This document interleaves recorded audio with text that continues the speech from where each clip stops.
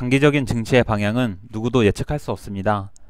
지난주부터 말했듯 저는 이번 조정이 그리 깊지 않을 거라 생각하지만 기관 세력들이 실적과 FOMC를 명분으로 단기적으로 물량을 털고 나가면서 조정이 깊어질 수도 있습니다. 그렇게 되면 시장 참여자들은 또 발작을 할 텐데 한두 달만 지나고 보면 증시는 여전히 우상향하고 있다는 것을 확인할 수 있을 겁니다. 안녕하세요. 투자를 기록하는 구호개미입니다. 지난주 목요일부터 매도 물량이 쏟아지며 조정을 받던 미국 증시는 월요일에 하락세가 둔화되는 모습을 보였습니다. 나스닥은 화요일에 마소와 구글 등 주요 빅테크 기업들의 실적 발표를 앞두고 관망하는 분위기 속에 매도세가 약해지며 소폭 상승했지만 월요일에는 거래량이 워낙 적어서 아직 조정이 끝났다고 말할 수는 없습니다. S&P 500 맵을 살펴보면 대부분의 빅테크 기업들은 1% 정도의 혼조세로 마감했고 테슬라가 3% 넘게 반등했습니다.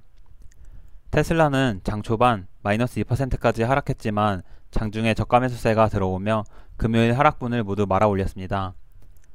월요일에 강하게 반등한 것을 보니 이번 조정에서는 255달러 정도가 바닥인 듯합니다. 다만 이번에 하락 모멘텀이 꽤나 강해서 특별한 호재가 없는 한 바로 추세적인 상승을 이어가긴 힘들 것 같고 박스권을 만들며 기간 조정을 보이면서 매물 소화 과정이 필요하다고 생각합니다. 빅테크 기업 이외에는 은행주를 비롯한 가치주들이 계속해서 강세를 보이고 있습니다. 7월 들어 WTI 유가 선물 가격이 크게 오르며 인플레이션에 대한 우려감을 키우고 있는데 에너지 기업들도 강세를 보였습니다. 우량한 가치주로 구성된 다우존스는 12거래일 연속으로 상승하며 2017년 이후 가장 좋은 모습을 보였습니다. 불과 몇 주 전까지만 해도 AI 혁명이라면서 애플, 마소, 엔비디아 같은 기업들이 계속 신고가를 갱신하고 테슬라가 13거래일 연속으로 상승하는 모습을 보였는데 그때 소외받던 가치주들이 빅테크가 조정을 보이자 강세를 보이고 있습니다. 이게 주식시장이 작동하는 원리입니다. 세상에 오르기만 하는 주식도 없고 떨어지기만 하는 주식도 없습니다. 많이 올랐으면 반드시 조정이 나오고 적당한 조정을 마치면 다시 오르게 되어 있습니다. 지금 다우존스가 11거래일 연속으로 상승했다는 뉴스가 헤드라인을 장식했지만 분명 가치주들이 조정을 받기 시작하면 시장의 유동성은 다시 성장주로 흘러들어가며 나스닥 랠리가 시작될 것입니다. 그러니 나스닥이 최근 며칠 동안 조정을 보인다고 너무 조급해하지 않아도 됩니다.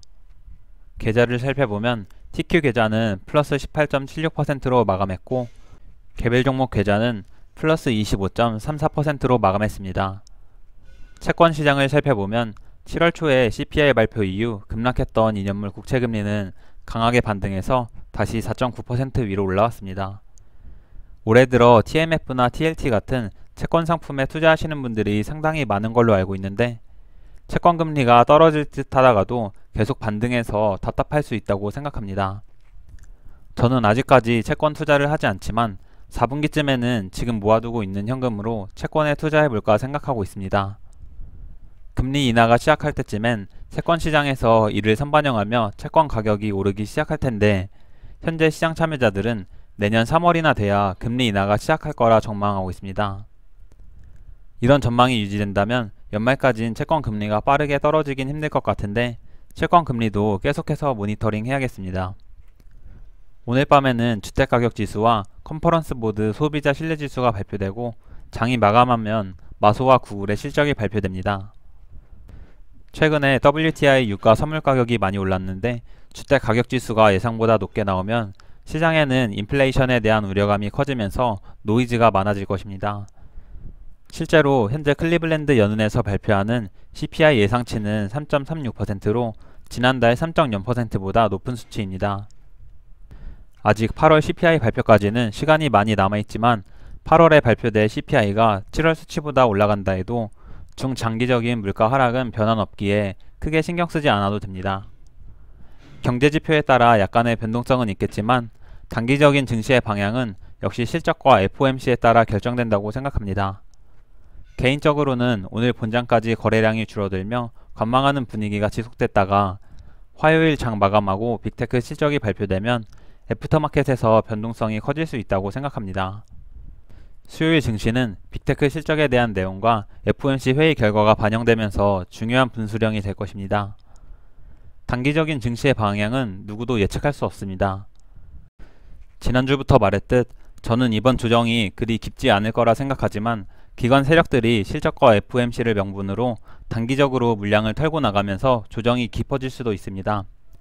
그렇게 되면 시장 참여자들은 또 발작을 할 텐데 한두 달만 지나고 보면 증시는 여전히 우상향하고 있다는 것을 확인할 수 있을 것입니다.